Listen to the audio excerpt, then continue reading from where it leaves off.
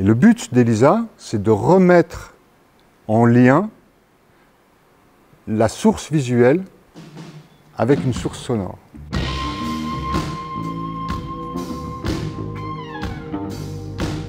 L'entreprise Al-Acoustics a été fondée par Christian Hale au début des années 80.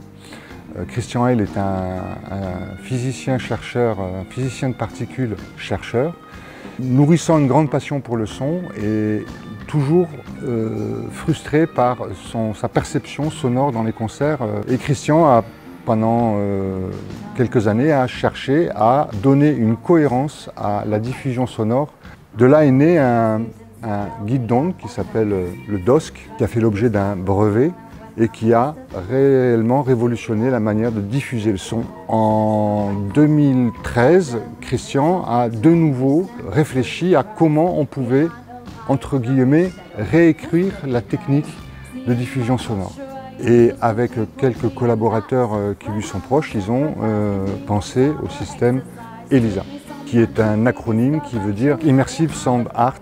Aujourd'hui, Al-Acoustics, c'est une entreprise qui attache beaucoup d'importance à l'innovation et à la remise en question perpétuelle de tout ce qu'on pourrait avoir comme paradigme. Le Sismic, il y a 2 ans, s'est équipé pour l'ensemble de ces 2 salles de kits et d'enceintes Al-Acoustics sur un déploiement traditionnel gauche-droite. À l'époque, on n'a pas jugé opportun d'un déploiement ELISA, donc en système hyper réaliste et immersif, parce que tout simplement, la demande des productions, du public, des artistes n'était pas encore arrivée à maturité. C'est une évolution qui est en route, qui finira de toute façon par des systèmes où on va offrir une expérience sonore au public. Ça fait 20 ans, ou même plus que ça, que les sonorisateurs mixent en gauche-droite, écoutent au casque en gauche-droite, la radio c'est gauche-droite, donc stéréo.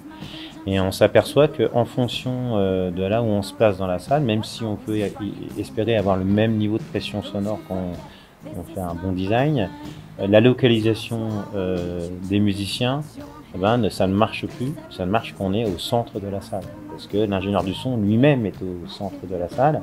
Le principe du système ELISA, c'est de faire en sorte, avec des critères bien finis, qui sont liés à la sensibilité de réaction entre les yeux et l'audition.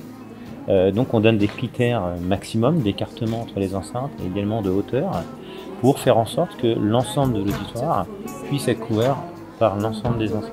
Et il est scientifiquement prouvé que ça génère une... parce que le cerveau va avoir de cesse de compenser, de remettre en face une image qui vient de là et un son qui vient de là. On va essayer de faire ça. Ça produit, ça demande beaucoup finalement d'efforts au cerveau.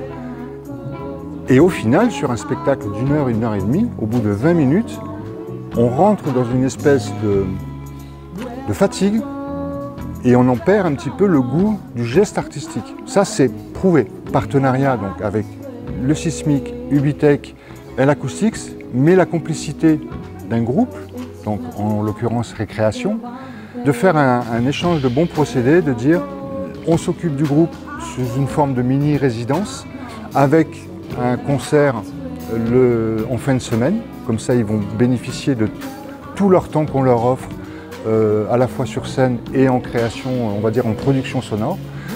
Et puis la semaine prochaine, pour des personnels du Sismic, mais aussi des personnes extérieures, Ubitech organise une semaine de formation sur la technologie ELISA, système et mixage.